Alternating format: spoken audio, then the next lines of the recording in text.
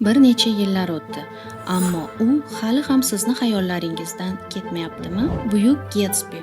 Bu film bir erkakning hayoti davomida bir ayolga butun hayotini bag'ishlagani haqidagi hikoya. U ayolni qalban qo'yib yubora olmadi va bu uni fojiaga olib keldi. Aslida Getsbi Daisyni sevmagandi.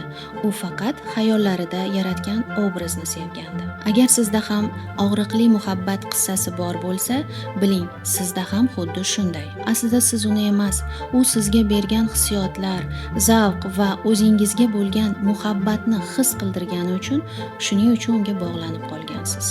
Agar o'tmishdagi xayollaringizdan uzilishni va unutishni istasangiz, siz bog'liqliklardan uzilib, yangi va yorqin hissiyotlar yaratishingiz kerak. Chunki siz uni o'ylayverganingiz sari miyangiz kelajakni idrok eta olmaydi. Siz hozir va shu yerda hech qachon yasholmaysiz, chunki sizni bog'liqlik orqali barcha kuch-quvvatingiz o'tmishga qarab ketayotgan bo'ladi. Agar sizda ham xuddi shunday bo'lsa, keling buni izohlarda muhokama qilamiz.